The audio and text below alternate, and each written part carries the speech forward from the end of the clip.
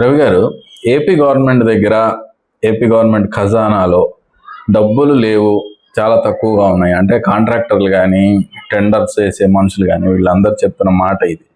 అంటే నిజంగా ఏపీ ఆర్థిక పరిస్థితి అంత ఇదిగా ఉందా?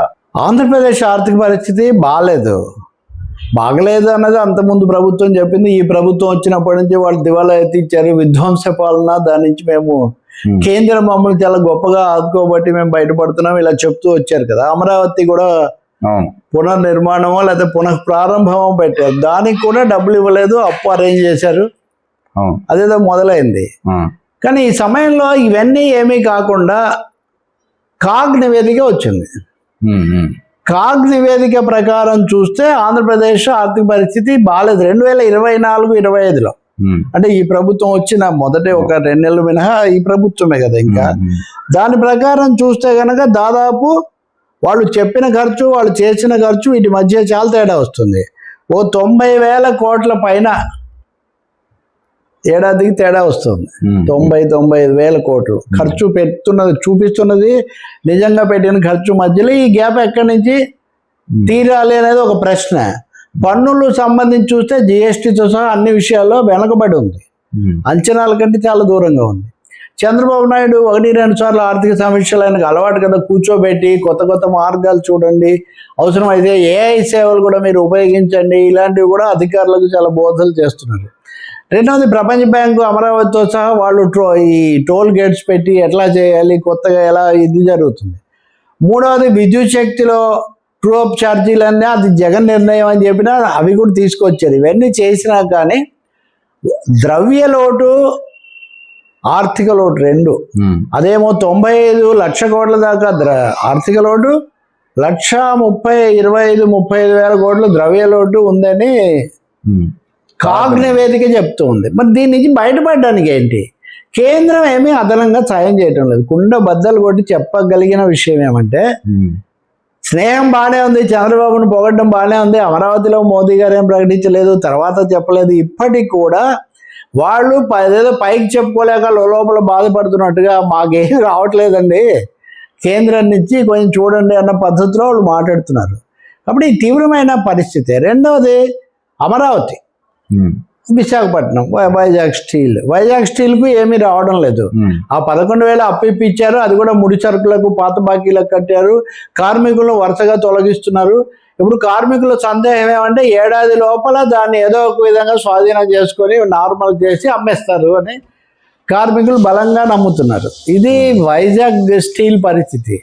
ప్రాజెక్టులకు డబ్బులు రావట్లేదు. సో ఈ అమరావతి విషయానికి వస్తే, అమరావతిలో ప్లాట్ల కేటాయింపుకు సంబంధించి ఇదివరకు ప్లాట్లు రిటర్నబుల్ ప్లాట్స్, భూ సమీకరణలో తీసుకున్న వాళ్లకు లాటరీ పద్ధతి ద్వారా భూమి ఇవ్వాలి. అంటే మీరు తీసుకుంటారా 3 రకాల ఆప్షన్స్ ఇచ్చి ప్రోరేటాలో. ఇప్పుడు దాన్ని ఉంచి ఇంకోటి ఏమంటే కమిషనర్, సిఆర్డిఏ కమిషనర్ తను వేరే ఏదైనా పద్ధతిలో కూడా చేయొచ్చు అని క్లాస్ చేర్చారు. సో లాటరీ పద్ధతి కాకుండా వేరే పద్ధతిలో చేస్తే, ఇదివరకే రోడ్డు చూల వచ్చిందని ఇంకోటి వచ్చిందని జరిగినప్పుడు కమిషనర్ ఇష్ట ప్రకారం చేశారని అసంతృప్తి ఉంది.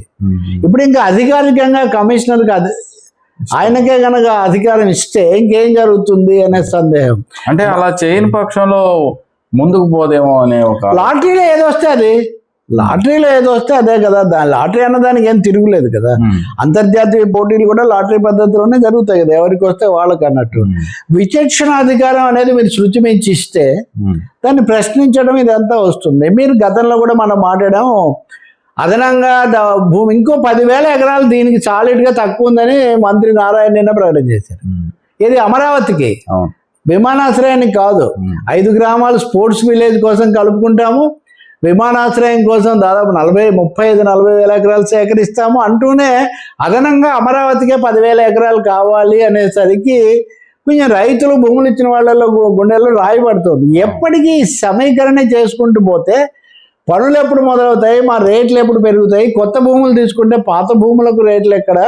మొన్న మా స్థానిక శాసనసభ్యుడు అయిన శ్రావణ్ కుమార్ ఇతరులు సమావేశం జరిపితే అందులో తెలుగుదేశం వాళ్ళే దానికి కొంచెం అభ్యంతరం పెట్టారు. వాళ్ళు ఏమంటారు, డబ్బులు లేవు కదా మా దగ్గర, భూమి వస్తేనే కదా అని వీళ్ళు చెప్తారు. డబ్బులేమో కేంద్రాన్ని అడగరు. కాబట్టి ఆంధ్రప్రదేశ్ ఒక తీవ్రమైన ఆర్థిక సవాళ్ళను అయితే ఎదుర్కొంటూ ఉంది అనేది ఒక సత్యం.